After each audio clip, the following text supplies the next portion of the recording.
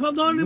এমনি বাদ হইছে তুই কি বলছিস এমনি বাদ হইছে পিকনিক পার্টি ভাইয়ের সাথে কি মুঝে কোন কিছু যাওয়ার আগে মুখ ফোন দেন মানে পরি ধরে তোমার থাকে মাসি কিসে না যায় না